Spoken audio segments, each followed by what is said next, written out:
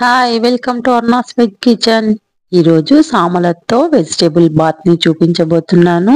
సామలలో glycaemic index fibre ఉన్న కారణంగా diabetic levels ని కంట్రోల్ చేస్తుంది. అదే విధంగా హార్మోన్ ఇంబ్యాలెన్స్ లెవెల్ కూడా కంట్రోల్ చేస్తుంది. సామల వెజిటేబుల్ బాత్ కోసము ముందుగా ఒక గ్లాస్ సామల్ని తీసుకొని 2-3 టైమ్స్ బాగా వాష్ చేసి 3 అవర్స్ పాటు నానబెట్టుకోవాలి. నేను ఆల్రెడీ నానబెట్టి ఉంచాను. స్టవ్ మీద కడాయి పెట్టి 2 స్పూన్ల నెయ్యి 2 స్పూన్ల ఆయిల్ వేసుకోవాలి. అచ్చంగా నెయ్యితో అయినా చేసుకోవచ్చు లేదా ఆయిల్ అయినా యూజ్ చేయొచ్చు. ఇందులోనికి బిర్యానీ ఆకు, చెక్క, 2 యాలకులు, లవంగాలు, మరాఠీ మొగ్గ వేసి వేపుకోవాలి. ఇవి వేగిన తర్వాత ఇందులోనికి జీడిపప్పును వేసుకొని వేపుకోవాలి. జీడిపప్పు ప్లేస్ లో పల్లీలను కానీ పచ్చి బఠానీ కానీ వేసుకోవచ్చు. తర్వాత జీలకర్రను వేసి అది వేగిన తర్వాత పొడుగుగా కట్ చేసుకున్న ఆనియన్స్ ని వేసి వేపుకోవాలి.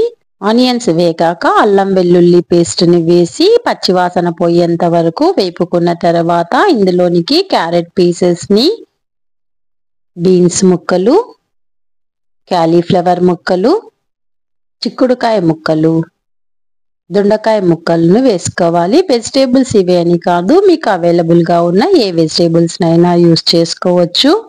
వెజిటేబుల్స్ కాస్త వేగిన తర్వాత కొద్దిగా ఉప్పును, టమాటా ముక్కలను వేసుకోవాలి.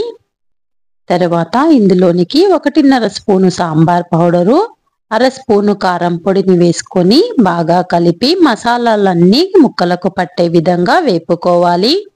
తర్వాత ఇందులోనికి 3 గ్లాసుల వాటర్ ని యాడ్ చేసుకోవాలి. 1 గ్లాసు సామలకు 3 గ్లాసుల వాటర్ అయితే పర్ఫెక్ట్ గా సరిపోతుంది. వాటర్ బాయిల్ అయిన తర్వాత నానబెట్టుకున్న సామల్ని యాడ్ చేసుకొని కలుపుకొని 50% కుక్ చేసుకోవాలి. తర్వాత ఇందులోనికి చింతపండు గుజ్జు, ఉప్పును యాడ్ చేసి కలిపి మూతను ఉంచుకొని ఉడికించుకోవాలి. ఫ్లేమ్ ను లోకు అడ్జస్ట్ చేసుకోవాలి. వీడియోను చివరి వరకు చూసిన తర్వాత మీకు ఈ రెసిపీ నచ్చినట్లయితే లైక్ చేసి షేర్ చేయడం మర్చిపోవద్దు. లో ఫ్లేమ్ మీదే ఉడికించుకోవాలి. అప్పుడే సామలతో పాటు వెజిటేబుల్స్ కూడా బాగా కుక్ అవుతాయి. సామలు, వెజిటేబుల్స్ బాగా కుక్ అయిపోయాయి. కొత్తిమీర వేసుకొని కలిపి దించేసుకోవాలి. దీనికి కాంబినేషన్ గా రైతా గుమ్మడికాయ వడియాలు చాలా బాగుంటుంది. గుమ్మడికాయ వడియాలు ఎలా చేయాలనో నా ఛానల్లో ఉంది. డిస్క్రిప్షన్ లో లింక్ ఇస్తాను, విజిట్ చేయండి. మీరు ఈ రెసిపీని ట్రై చేసిన తర్వాత ఎలా వచ్చిందో నాకు కామెంట్ చేయండి. ఇన్స్టాగ్రామ్ లింక్ ఇస్తాను, ఫాలో కండి.